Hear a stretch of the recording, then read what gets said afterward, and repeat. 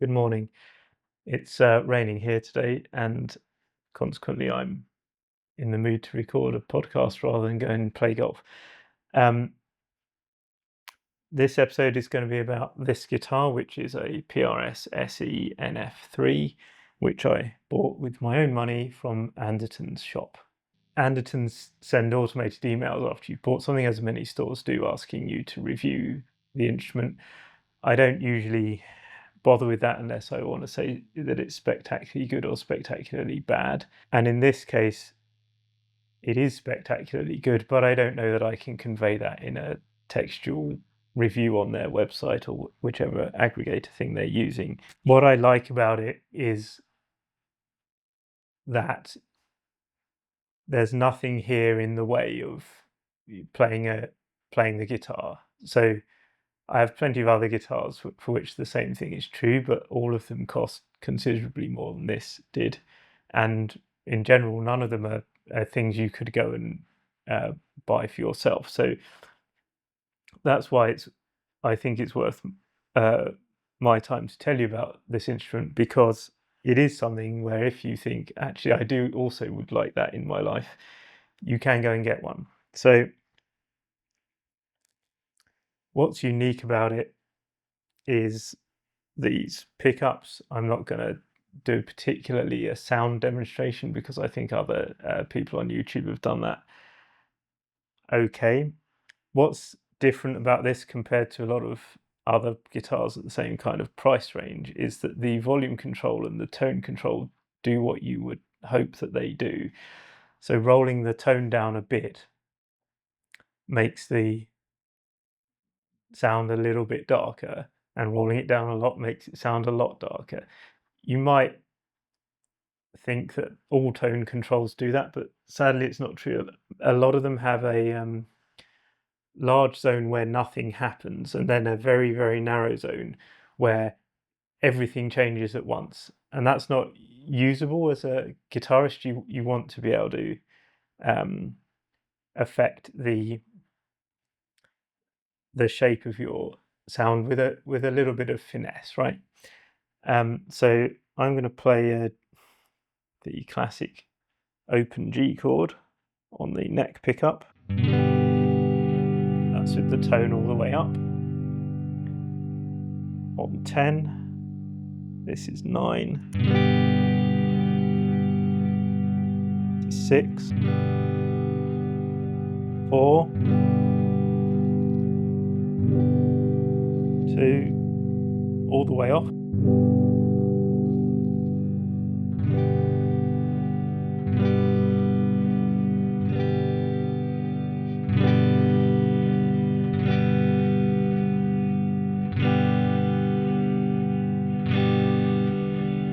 I get a little bit annoyed watching guitar reviews on YouTube sometimes when someone picks up a guitar with everything on 10, plays a thing, goes, "Oh, that's too bright," as though like that's a problem with the instrument.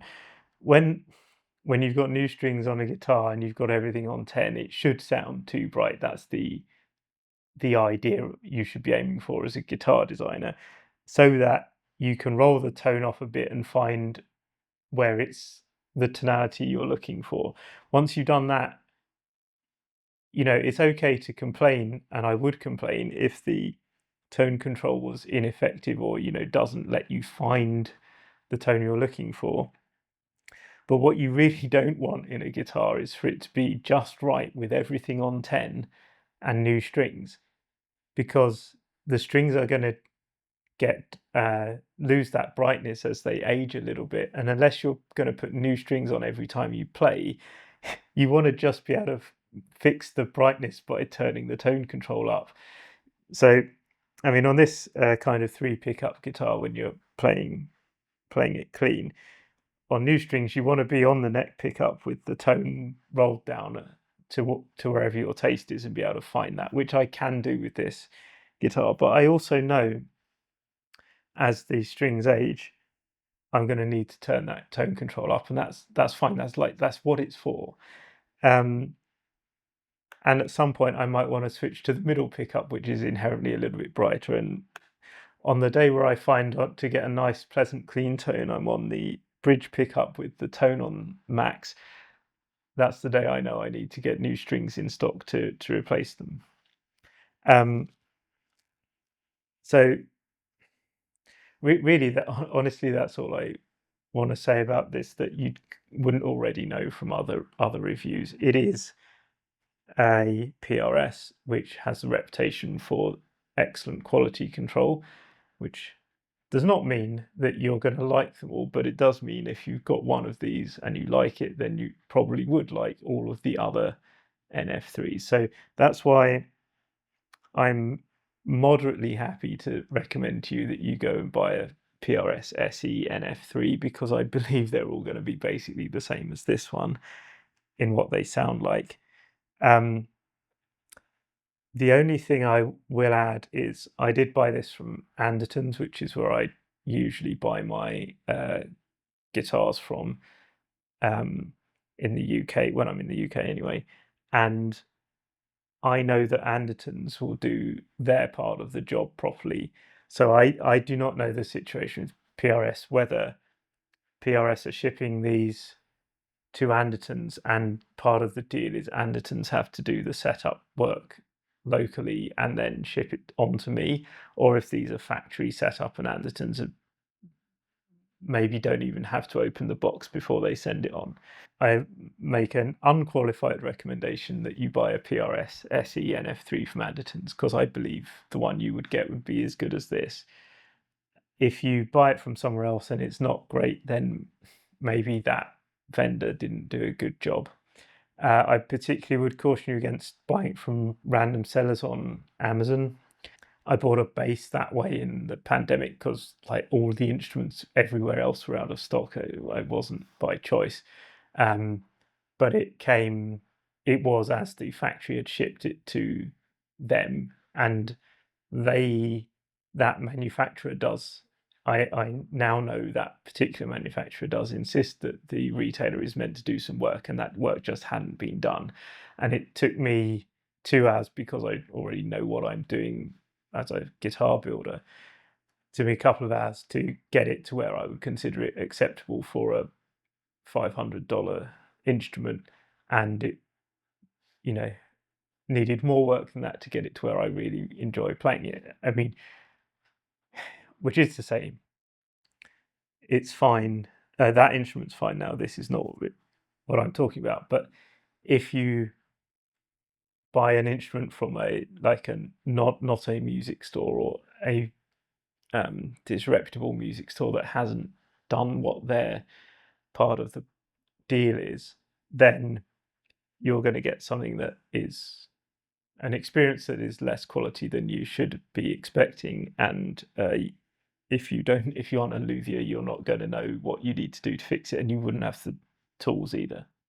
Good job, Lee Anderton, if you're watching this. Good job, Paul, on the design. I'm very much impressed with these pickups. If you can make a set available to me to buy so I can put it in one of my custom bodies, I'd appreciate that. I'm not going to sell it on. It's for my own personal use. I will do a future episode on some of the guitars I've made and what that custom design looks like. And for now, I'm just going to play the podcast intros that you're possibly familiar with if you watch this channel a few different ways. And I may demo the next podcast's intro music. You never know your luck. Oh, I normally also avoid buying guitars with a vibrato system. This one is not problematic. It is easy to use if you want a subtle effect, which is the most I would ever ask for from a vibrato system, and it doesn't negatively affect the tuning stability.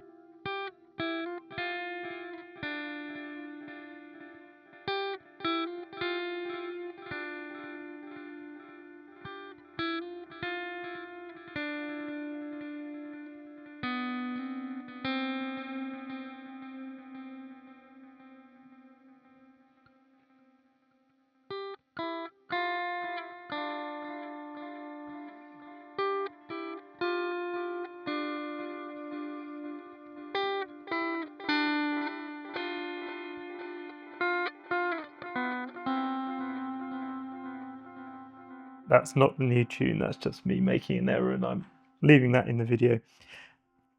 But hopefully that little playthrough has shown you, well, I hope it comes across on YouTube. As a player, what I'm noticing is when I change my picking style or how I'm fingering it with my left hand or any of those things, I'm getting the result that I expect from that. Not exaggerated, not less. I mean, there's certain guitars that impose so much of their own character on what you get from playing, that it doesn't matter what your hand technique is within limits, it's going to sound the same. This is not one of those. It really rewards you or punishes you depending on your point of view, but it's for me, I like that how I touch it should, I want that how I touch it should make a difference to what it sounds like, and I'm getting that here, and in the right proportion, as I say.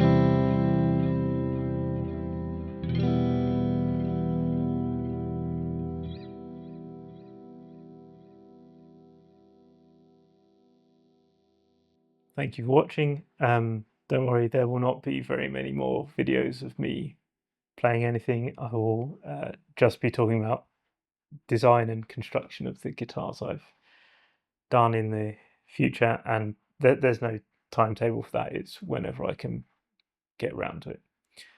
Thank you for your attention. Cheerio.